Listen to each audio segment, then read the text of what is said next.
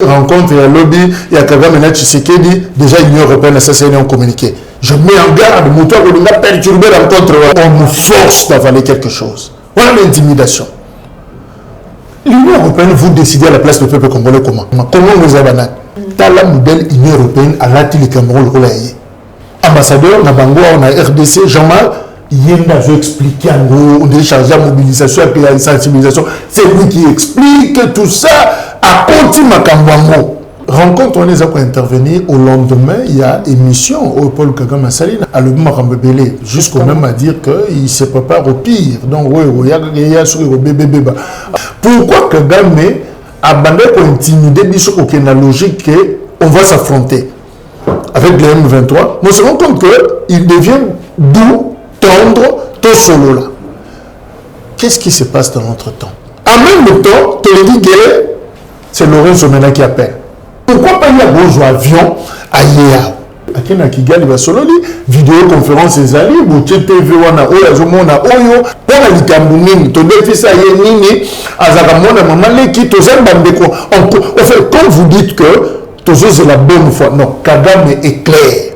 Bissopé, pour la Bolam ya Congo, s'il faut bombarder le Rwanda Kigali, s'il faut tuer des gens, pour l'intérêt la Bissot, on le fera. Souvent, la diplomatie de photos de famille. Lobikaka, 50 camions côté. C'est sous-préfini.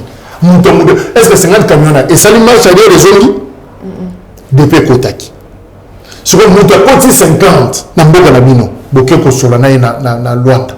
Si vous avez 50 camions côté par M23, pourtant, qui même à Boropamba, Batiki Bachar, Batiki Bilo soit Kini, Bazongi na Matos à Sika, Yézana sur Matos, et vous dites quand Koko, et vous dites quand Tchatch, et vous dites pas Namura, Nani a tête Libango, et vous dites na Rwanda. Ok, ce que vous dites Rwanda, ce que Ouganda paie, après c'est comme Matos, na groupes armés Moussous. Mais c'est normal. Vous pouvez dire embargo, et ça fait Rwanda embargo. Et ça fait Ouganda. Pourquoi Kaka RDC ne va sanctionner comme Bango, Suisse, la Kamanduki, Bango Moko? C'est là où la communauté nationale et internationale, d'ailleurs, ça ne m'étonne pas, son hypocrisie et Yébana Nango depuis Kala.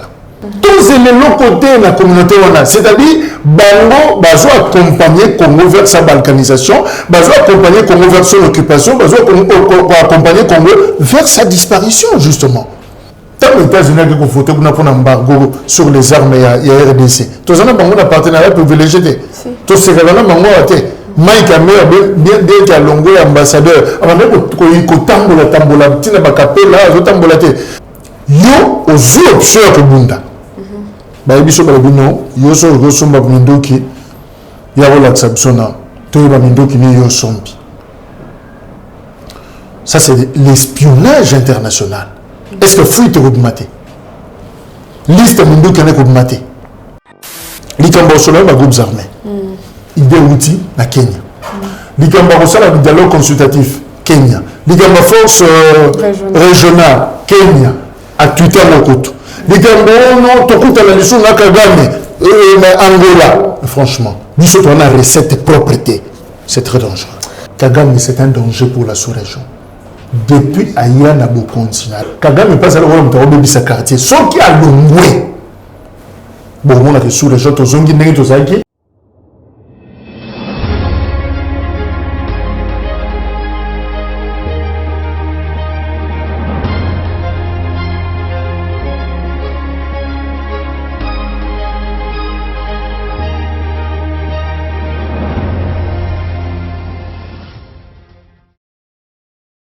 Grande ma joie de vous savoir nombreux à nous suivre partout dans le monde entier. Bandeko Balandi à Plus Clair Télévision, Mbote Nabino. Et bienvenue dans le numéro de Sika émission Vérité de tous côtés. Émission Nabino et Sika plutôt sur la Kamboka, sur le plan politique, sécuritaire, paix sociale. Namkola Lelo, micro à Plus Clair Télévision. Et Mbeli Bino Lisusu, mon Mboka, na Kombo à Jacques Dikou, journaliste, avec mon pandissa, mon alingala. Vous allez ébélé, vous c'est là, na banalise naïe, na ba point de vue par rapport à l'actualité bongo aux données la carte Mboka na biso République démocratique du Congo. Merci Nabino Bozo renouveler confiance et fidélité na carte la chaîne de Vérité Plus Clair Télévision. Merci à Joël Gonago chasseur d'images aux amis na sima caméra na pisani pembe ni à monsieur Jacques Kalonji pour na pesa Mbote.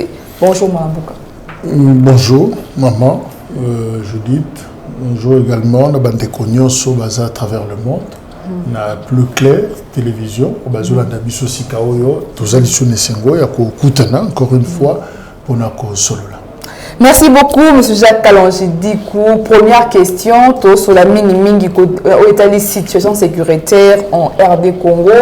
Mokolo ya lobby mercredi 6 juillet, muni sommet, vous allez bongo organisé à Luanda, médiateur dans les présidents angolais, Joao Lorenzo, Sika puis tête à tête et entre Félix Tshisekedi, président, il y a RDC, Paul Kagame, président, il y a Rwanda, sur la situation sécuritaire en RDC. Baimboka, Bazilanini, na ministre Mewana ya tête à tête Kagame na Félix Tshisekedi.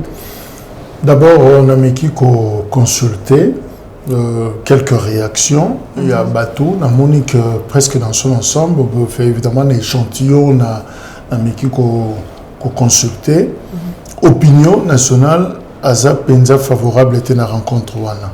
Donc, population congolaise.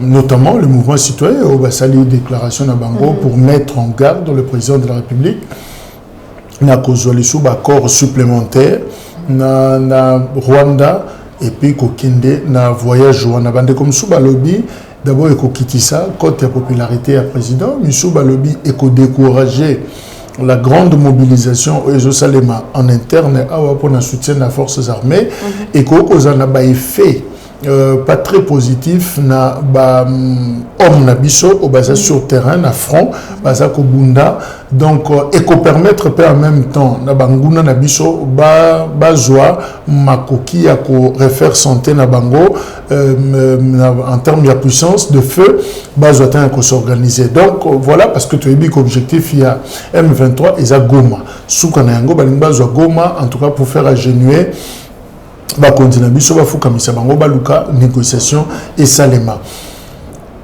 rencontre on les a pour intervenir au lendemain il y a émission au Paul Kagame Sali la 28e anniversaire il y a libération il y a Rwanda entre guillemets et voilà Kagame s'est tendre vraiment sur la question congolaise à le Marambebele jusqu'au même à dire qu'il se prépare au pire donc on s'est dit que effectivement attention on n'a pas vu même si elle a dit que je ne veux pas une réponse militaire peut-être une réponse politique tout ça non entre les lignes on sent que tension est à caca alors tension est à l'île président Tshisekedi a lobby clairement dans le monde entier que Kagame est l'agresseur. Il y a un monde discours officiel dans la RDC Yangoana. Alors, dans le contexte wana, comme bimisa yomoko, aucun mboka bapaya, aucun kofanda osolo na mutu wana. D'abord bosolani. Parce qu'on a une version officielle au président lobby dans le Conseil des ministres. Il y a vendredi, même si vendredi, il y a beaucoup solo nini. Pourquoi Kagame a bandé pour intimider Biso la logique qu'on va s'affronter avec le M23? On se rend compte qu'il devient doux, tendre, tout solo là. Qu'est-ce qui se passe dans notre temps? Donc, je crois qu'il y a des questions qu'on s'est posées. Même certains vont plus loin pour dire que pour des raisons de sécurité aussi, il est très inapproprié pour la présidente Nabiso à Boujaka, surtout dans le moyen de déplacement, le avion. Quand tambola quand on a compté, toyebani, capacité de mission, c'est ma voisin Nabiso. Bazana mamakambo basi basala. Oh, faut que tu scruter en gros et copier mission exemple. Donc président gros on risque on a été. Pourquoi pas facilitateur on a eu des places ratées? Ailleurs va sololi, akena Kigali va sololi, vidéoconférence ezali, boche TV wana oyo azomona oyo technologie c'est sangisa biso et pesa biso ba moyens. Pourquoi vous n'êtes pas physiquement président déplacé? Pourquoi? Donc je crois que ça, on a quand même le devoir de protéger l'institution président de la République. Il y a beaucoup d'analyses, on ne peut pas l'exposer aussi comme ça. Je crois que c'est imprudent que ça, la gymnastique, la fois passée, s'est retrouvé seul. Na Luanda, Kagame Atikala Koyate. Donc je crois que nécessité, opportunité, objet à rencontre, ils ont convaincre que la opinion et tout ça plus loin pour dire président Kokindete, d'ailleurs, meki ko memango na imo pour dire que biso adresse est-ce que ba okende ba sutuka tout nyonso ya Congo ba koya kuna bino biso la biso to Uganda libanda pour na ça vraiment que nous sommes mécontents, on n'est pas d'accord na rencontre. Donc le temps ne s'y prête pas. Diplomatie agissante, mais avec qui? Pour parler de quoi? On s'est exercé tout là qui c'est bonne fois on a besoin d'un comportement diplomatique, mais tu as une réponse contraire. Alors quand tu as changé mes stratégies na biso, il ne faudra pas que l'ennemi exceptionnellement toujours reste dans la formule à liboso. Non, peut-être que ça a bénéfice. Donc soyons, exerçons beaucoup plus de discernement politique et soyons prudents. Merci beaucoup, M. Jacques Alonge. Mouvement citoyen, en tout cas collectif Nabango, Bazali, vraiment, Baza contre rencontre, on a Menangam de Union Sacrée, par contre, on va saluer rencontre, on a Mibali Kozela, après rencontre, on a Paul Kagame, à la conscience, à s'y retirer, il y a des troupes, il y a Katia Est, Yambo Cannabis, votre réaction? Morale, Namakambotali, relations internationales, Eza Mabi. Je risque même de dire que les relations internationales, ils sont amorales. C'est-à-dire qu'il n'y a pas de moralité dans Kati. Olo banamutu, na zotale la conscience na yo bonne foi. Na matière de rapport entre États, bonne foi zakata. Tant les États-Unis qui ont voté pour un embargo sur les armes et la RDC. Tous les gens ont un partenariat privilégié. Tous ces gens ont Mike Amir bien qu'il a longué ambassadeur avant que tambola tina bakapela azotambola te ola kisi mutu bolingo mais hier ça ndenge nazo fonctionner maman chaque discipline a ndenge na fonctionnaka na discipline tozali ya relation entre états toyebi yango que on parle le langage des intérêts. Or, dans le langage d'intérêt, ceux qui la puissance internationale va faire comprendre que ceux qui prennent intérêt, c'est makila na yetanga. Il le fera. Enfin, ceux qui sont là pour mabana na yo akoboma. Ceux qui sont là parce que or ils en assez. À retenir même par contre que tous les si certaines missions ils cassent. C'est ce qui nous ont fait comprendre. Pourquoi tous les gens, ceux qui sont pour la bonne foi, mais pas le rang désiré, ceux qui sont pour la conscience, mais l'Abiyarimana a explosé dans la carte avion. Ceux qui sont pour la conscience, mais le Baoutou, qui matin à Rwanda, qui se retrouvé dans le pays voisin. Mais bon, frère, le bichot toujours là, il y a wapi. Pour la Likambounine, tu devais faire nini, Azagamona, maman, qui te zèle bandeko. En fait, quand vous dites que toujours c'est la bonne foi, non, Kagame est clair. Pour la boulamu, ya bandeko na ye à Rwanda, et le mieux, c'est à salle. C'est à l'ouvert déjà, non? Le mois de février. S'il faut entrer, même avec ou sans autorisation, je vais le faire. Mais c'est ça le langage qu'il faut.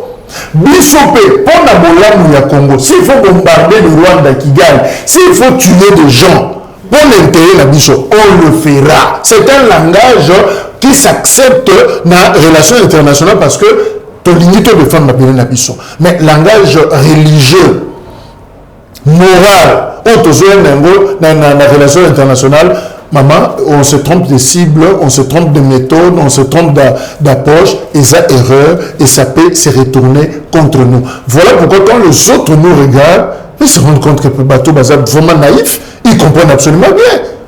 Comment un peuple, yo, aux options que Bunda. Baïbiso Balabino, yo so Rosomba Mindoki, Yarola Tsabsona, Toyoba Mindoki ni yo sombi. Ça, c'est l'espionnage international. Est-ce que fouille te maté? Liste Mindoki qui est maté. Dans lundi, ambassadeur de l'Union européenne de la radio Kapilopi, un débat sur Makambambago. Attends-moi, la maternelle, on comprend le blog à l'obit. Et bandeliti, ce qu'on comprend, et l'autre côté. Explication, il appelle ça, on ne comprend rien. Un pays en guerre qui doit défendre son territoire, on l'empêche de s'acheter des armes. Tantôt, vous n'êtes pas sous embargo, tantôt, vous êtes sous embargo, tantôt, c'est non, c'est la notification. on vous embrouille, et il y a reconnaître qu'il y a ambiguïté dans la rédaction, il y a résolution, il y a conseil de sécurité. Ambiguïté que, mais pourquoi mais pourquoi ils entretiennent flou dans la rédaction d'un texte si important? Il y a un flou, il y a un flou. Ça dit, il nous laisse comme ça dans les bongos, il y a la version, la version compréhension, et puis il nous laisse comme ça perdu. En même temps, tu le dis que c'est Lorenzo Mena qui appelle. Oh non, non, ça n'ira pas. Ça dit chaque fois quand le Congo veut lever de grandes options pour l'aller, il y a toujours des interférences, il y a des raisonnements. Dans mon rencontre, il y a lobby, il y a Kagame Mena Tshisekedi, déjà l'Union européenne, ça c'est un communiqué. Je mets en garde, on va perturber la rencontre. Il dit que la pays n'a pas conclave à Nairobi, on va s'impliquer pour la réussite. On nous force d'avaler quelque chose. Voilà l'intimidation. L'Union européenne, vous décidez à la place du peuple congolais comment? Pas le Congolais, en tout cas, l'échantillon, notamment le mouvement citoyen, le président de Bango, rencontre. Mais nous encourageons et nous mettons en garde. Mais ça veut dire quoi finalement? Comment nous avons? Comment nous avons? C'est la grande question qu'il faut se poser. Parce que beaucoup qui te coaliné, diriger, donc on ne tient plus compte, il y a opinion congolaise, le peuple congolais kanisaka, il y a un peu on va imposer. Non.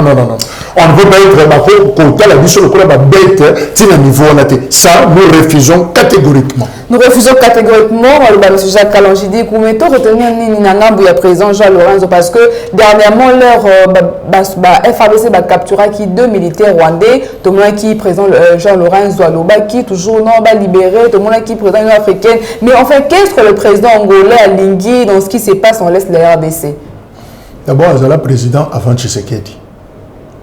Aïbi, langage militaire, parce qu'il évolue dans le secteur militaire. Lokola Kagame, basé en expérience, plus que notre président, c'est-à-dire en termes d'ancienneté, la poste. Et puis, basé en soda, kotoya milieu de soda, bamonyos. Elle m'a expliqué, moi, il n'y a que notre président, opposant à l'outil politique, pour ne pas dire civil, bien que commandant suprême, il y a forces armées, les lots, réflexe, c'est un côté. Comportement, c'est un côté. Les soldats, depuis, pour des raisons protocolaires, mais, les commandants, réflexe, c'est un côté. Moi, je pense qu'il y a un facilitateur. Il y a besoin de Kanaté. Mais au lieu de déplacer Rabino, il y a un Bakuluna. Au moins, beaucoup de l'avenir, Bakuluna n'a pas bêtise. C'est-à-dire, je te mets en insécurité. Américain, Koufa Mengeni. Nicolas, tu n'as pas de réunion.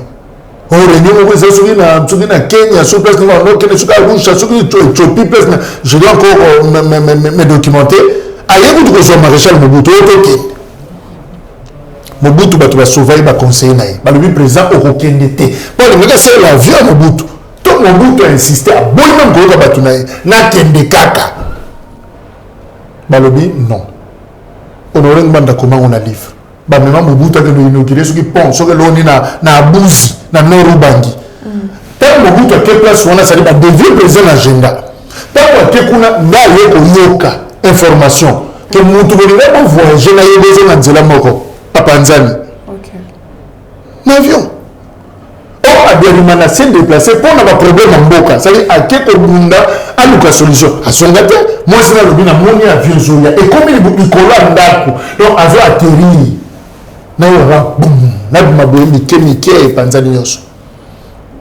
On ne souhaite pas. Mais je crois que c'est un passé récent. Dans 94, où il faut inspirer Bissot pour que tous en aient une autre lecture sur ma camambo Calabiso. Lorenzo, pourquoi pas y avoir un avion à Yéa, à Benoît, à Kekuna, à Béni, à ministre des Affaires étrangères. Soit, ça lui TV en Mounen, bon, sur le Covid, sur les zones. Pourquoi pas avoir un système à visioconférence, ça la réunion à distance. Voilà, on va bien été. Il faut pas battre la Narananzoto. Non, moi, j'ai même peur aussi. Ça, dans mon visioconférence, ma famille, besoin sur là, Nanani, tout le monde a réunion à Conseil de sécurité, il y a Assemblée générale des Nations Unies, grande rencontre, grand forum international et seulement à distance. Pas forcément la présentielle, mais et seulement la résolution bima. Pour eux, il y a la deuxième fois. Président Kenda, Kagame Ayate. Il y a deux soldats à Kenda. Bon, il y a un message à Tinda libéré deux. Yo libéré. Oh, na bombanda, na ba guerre boye, ba confrontation, il faut toujours avoir un gage moko ennemi. C'est que gage au biso to zanango ezani. Si le président Kekuna, condition une européenne sa Kagame que ça va gage sécuritaire, na avant d'évoluer la position nanga, il faut ça, il faut nos années. Ba tout au Kameli, tout tiki. Et on répète tout tiki. C'est comme si bazoko lamba biso na ba morale tout ça non. Moutagopé ça, tu sais que les leçons de diplomatie à Zate. Pour y avoir déjà à la qui ça tout le monde que Azamoutama solo, il prend les devants, il se déplace vers les autres. Alors, qui c'est les deux jours sur la diplomatie, on est, comme ça, diplomatie, il y a qui yuma finalement. Donc, moi, je pense que on a vu le président évoluer dans son raisonnement. Il a commencé gentil, c'est mon frère, c'est mon frère. A pointé frère comme agresseur. Il y a sans influence à évoluer le discours. Alors, si l'évolution narrative est saline, mais petit gars qui tient à souka, pourquoi nous besoin de ça? Parce que l'objet au monde a souvent la diplomatie des photos de famille. Au monde a souvent le sous président, la photo de Kagame, la personne imbote, Kagame a rendu sourire naïra. Sobe la solution le kuta, au monde a reçu moi c'est comment on a munzami un peu sa président. Et que le président a. Au moins, mon position est malade. Mon frère, agresseur, mon frère. C'est comme si le jeu était déstabilisé par Félix Tshisekedi en interne. Ça veut dire qu'il y a une opinion. Et au moment, Félix Tshisekedi va opposer en déphasage de l'opinion. Et les adversaires auront complété ce qu'on dit d'ailleurs. C'est ce que Kagame a dit à Mobutu. Mais il y a un peu de la preuve, c'est un autre Zaïrois, de Azokamba Afdel, les Abissoté, Laurent Désiré. Ça dit que Afdel, la libération, on a annoncé comme un problème d'abord interne aux Zaïre. Mais après, on a bangoté. Ils ont des stratégies. Ils ont un c'est que les sources, c'est pas là. Comme ils sont au moment où vous dites, ils sont un problème. Ils ont des bagnoles. Quand on a dit, ils ont externalisation et problème interne. Faiblesse. La terme faible. Nous avons faible. Alors, ils ont une faiblesse. C'est ça, externaliser ces problèmes.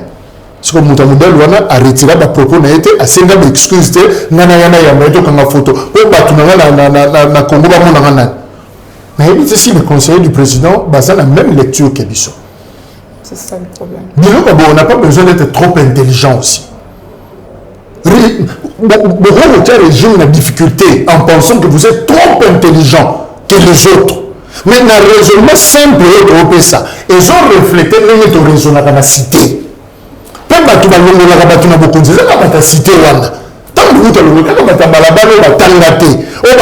vous sans maîtriser les règles des relations internationales la photo à maréchal place aider le président c'est une institution prestigieuse d'ailleurs il faut te battre éviter chaque fois qu'on cède les groupes armés il y a des outils à Kenya les dialogue consultatif Kenya. Ligamba force régionale, Kenya, à Twitter Mokoto. Ligamba non, Tokuta la mission na Kagame, Angola. Franchement, nous on a recette propreté.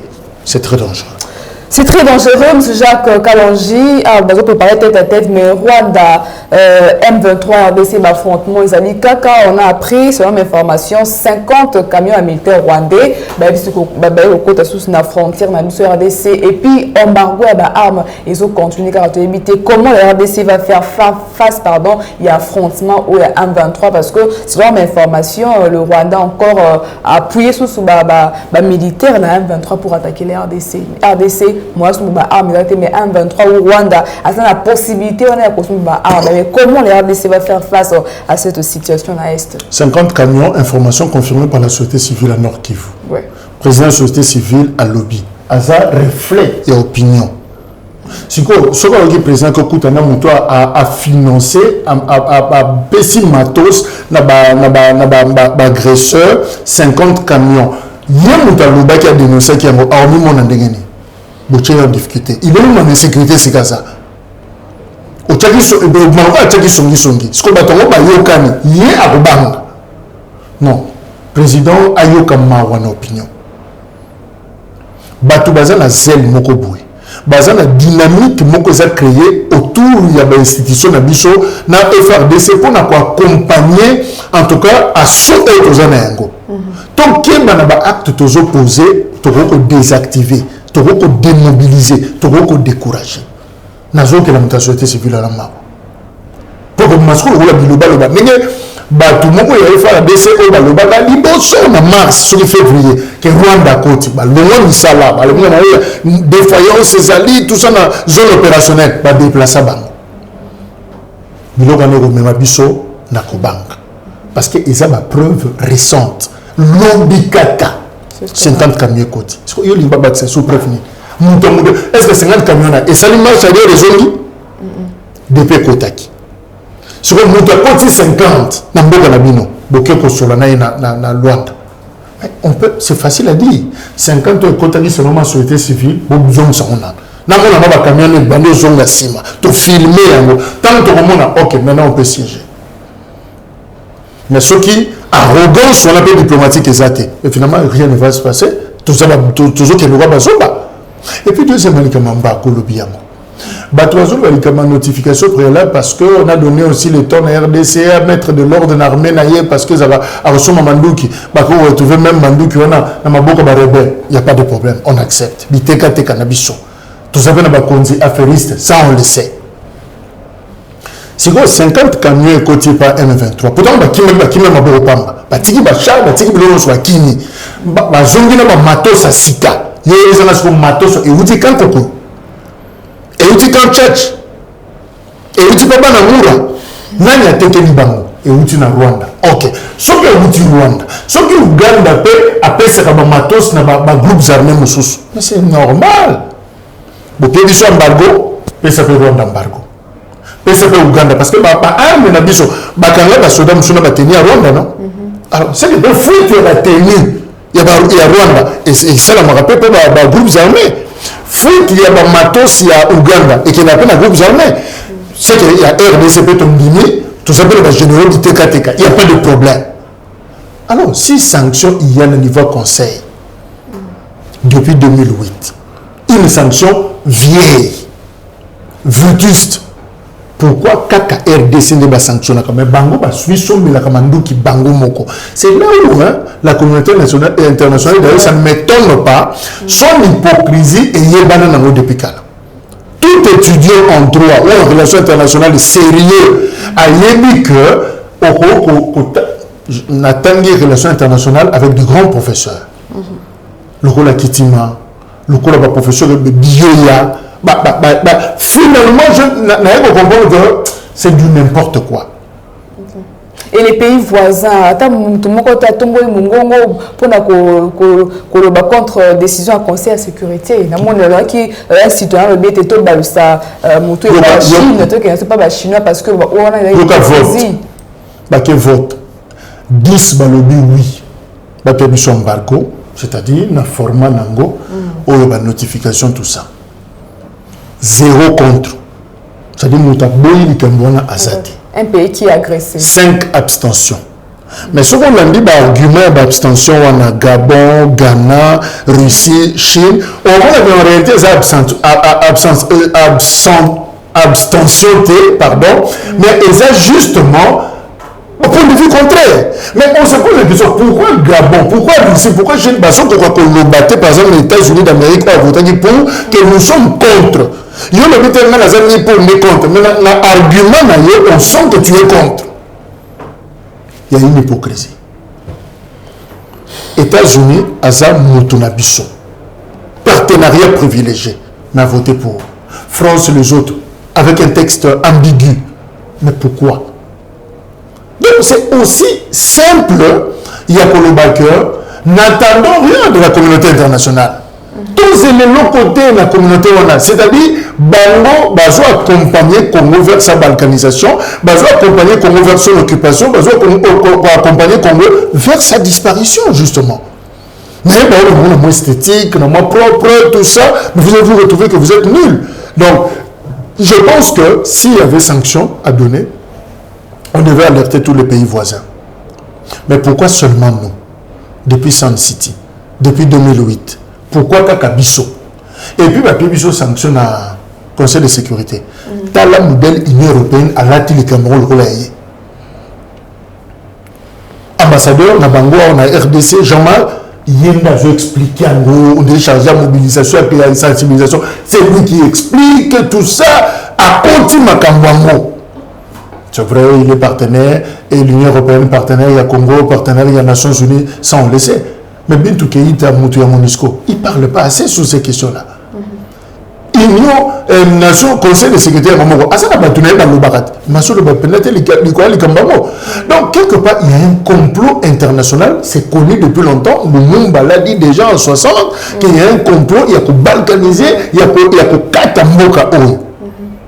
Mais il y a que génération a besoin de toujours paraître le là. Moi, moi,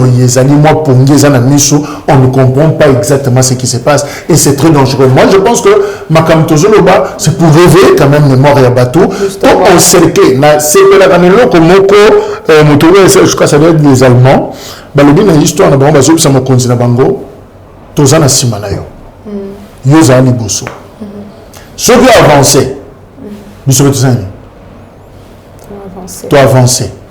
Ce que Télémi, Mandou que nous total sommes banguna total sommes de yo. Ce que reculer on t'abat. Tu abattre yo. Et les Koloba, population ça c'est mon compte. La dynamique positive il y a aucun de liposo. Mais ce qui me cause comme ça le quoi que zonga sima, mon hésitation comme on risque de croire qu'il y a complicité et puis le ramabé ça. Donc moi je pense qu'il y a intérêt, il y a combattre là, bisonios, n'a pas continué ça la population, mobilisation à la dynamique wana. Bah et que le Cameroun bazo bomo barwande depuis to faire na yo depuis to faire na babomi rwande combien? Babomi ba touti combien? Yo ndeko to faire na yo. Est-ce que yo peut-être du solon? Ba congolais ba ki parata bango. Ba beta kata du solon bango. Que c'est distraction. Quand même, je suis en train de dire que c'est l'émission. Prévenir les gens. On va vous demander bon, mon recours et ce qui va te bouquer et bouquer ce qui va bâtiment. Et là, il y a Simba dans le beau qu'on a comme preuve. Il y a Moana. Mais dans la classe, on va finir balai 2 élèves, 2 enfants tués, Obi et pour une école et bouquer école. N'est-ce pas un crime contre l'humanité? Si que comme on bateau nous parle Barakinya Rwanda na Congo baza congolais papa yo okota makamba monde nini toi tu protèges une langue tu protèges allo ba monoko etali soki baza ba congolais donc il peut pas être défendu par un autre président baza la président na bango. Pourquoi il y a un problème d'intégration qui se pose toujours que bon siko soki ya lobeli bateau ba luba ba Congo ba na lobela bango. Est-ce que le président angolais a bien le solo Bazomboa qui a fait l'émission pour expliquer au Bazombo établi bateau bazana bandi kuna des fois ngam muso bazana Centrafrique yo zo le président de Centrafrique a obéta na solo na bango. Mais pourquoi on a bandi kuna biso couloir est wana bango bazana donner 2 présidents ba la président ba kotoyo ba ko ba non ce sont nos frères bon yo kuna bazana na président c'est la mode émission pas défendre bango non c'est là où il faut finir par comme bateau ba que comportement mon suspect les alliés. Alors ne nous poussez pas, il y a comment on a un raisonnement on a pas besoin de la na bisoté bazo au calme biso non biso za na pas na mutu mokote la preuve moi ba kinois bango makaniseze sika mususu et c'est pas pour moi ma biso to za pe kunate to na besoin de tumba mutute to na besoin de buma mutute biso za un peuple hospitalier, un peuple solidaire, mais seulement un peuple qui n'est pas naïf et qui ne laissera pas son territoire national, qui ne laissera pas mon canaillé et qui est débrouillé en pâture dans ma boucle Bangouna. Et pour finir, Paul Kagame a dit aussi que Azo Tianae force a participé à la force déployée dans la région de l'Est. Azanae pour Azo forcer pe mutu morote que Rwanda pour participer à la force régionale au Tindamana Est et en Bokanabiso. Yo liyo kabela ngambo. Ngala ki mugoro na ngala bina boy. Et puis on ça l'émission. On va nous expliquer mais le liyo kabela ngambo ngala boy. Et c'est un bon ici. Pour le moment, on se dit ça, la boy. Ça dit, moi je pense que cette page-là, on la tourne. Et ça, on rentre dans mon tout service. Non, monsieur Tigana. Mais ainsi, mais si on a comme on a Kabila à boy, on a son crédit à boy, c'est que le problème, monsieur Komiwana. Nous avons calcul, monsieur. Moi je pense que, nous avons déjà RDC qui a aligné Naïté. Que Rwanda fait partie de la force régionale. Et là, le Rwanda peut faire ça là, sans objet, à balayer, en gros, il n'y a pas de problème. Je voulais apporter mon aide, le Kola Baboui ici.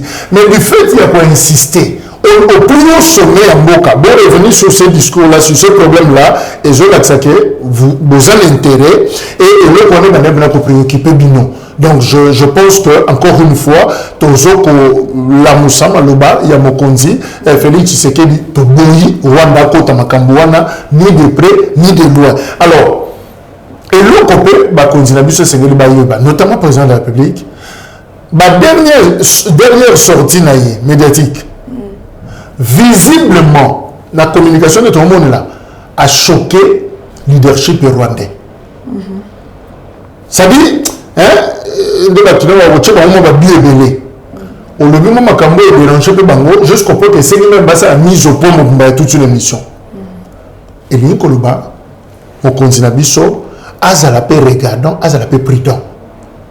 Parce que ezala batumso atozo kisi a selikate. Atozo le mabe, au moins la tesika ni alela, ni asilika, ni afali nye. Mais keba se le mutamo beaucoup de na molili. Ce qui va se passer quand la bilé na molili ne beaucoup yebango. Donc il faut dire que c'est quelqu'un où il faut vraiment qu'ozala un frère distant. Parce que il y a bombi na sima ya Mukongo, il se trouve bien voté. Donc moi je parie que ceux qui observent au déstabiliser le Congo de l'extérieur étaient par une guerre d'agression.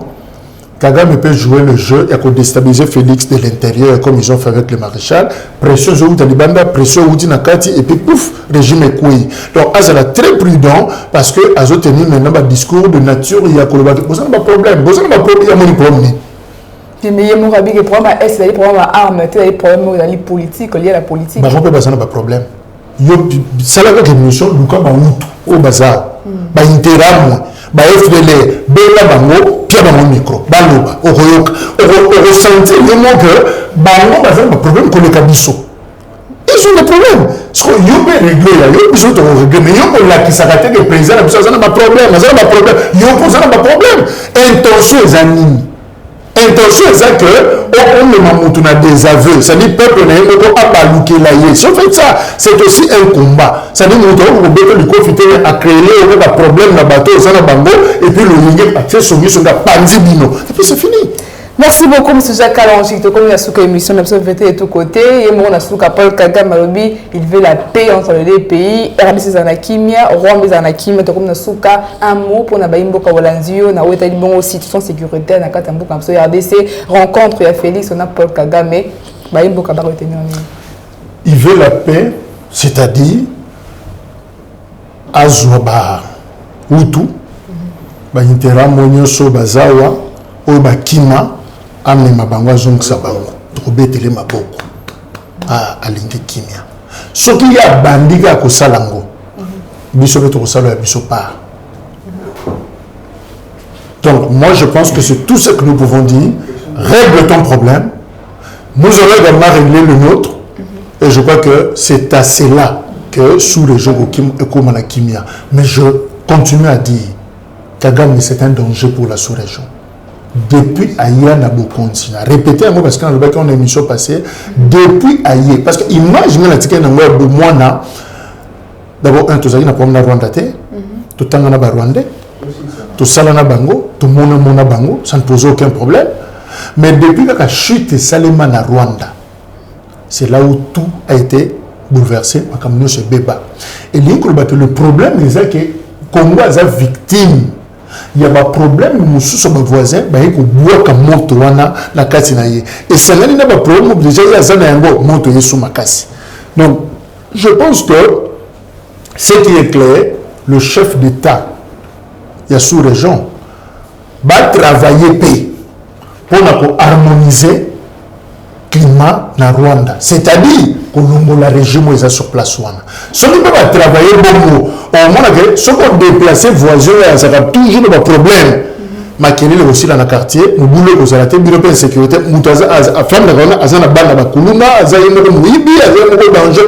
Je vois que le quartier comme une Kimia. Donc, je pense que Kagame n'est pas allé voir le quartier. Ce qui a l'ongoué.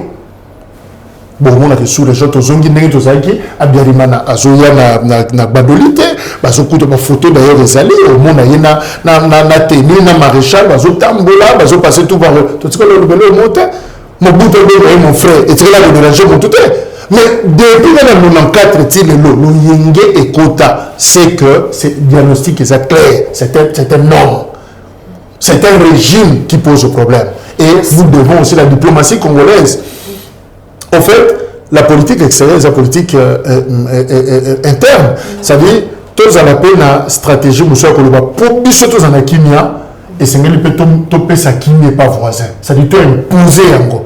Les États-Unis, toutes les grandes puissances le font. Et on a même France, Makambote, c'est Moussika, ou opération turquoise, aïe. C'est-à-dire, ça veut dire battre là. Abattre c'est une opération là parce que ça n'a pas intérêt naïe. Donc je pense que nous également, nous devons entrer dans cette logique-là. Pour tous en Akimia, tant que Zalakia, pourquoi président Eduardo a côté la musée pour Mobutu à Londres? Parce que Mobutu soutenait Savimbi. Ça dépend de la Guinée.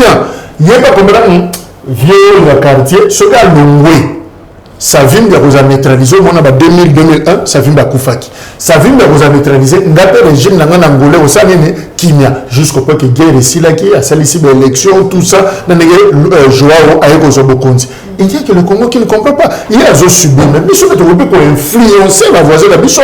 Nous sommes grands plus que Bango. Donc voilà un peu ce que je pouvais dire par rapport à sujet sous-région. Merci beaucoup, M. Jacques. Numéro de téléphone, vous avez beaucoup de contacts d'une manière particulière. D'abord, je remercie Bandeko Bengaki.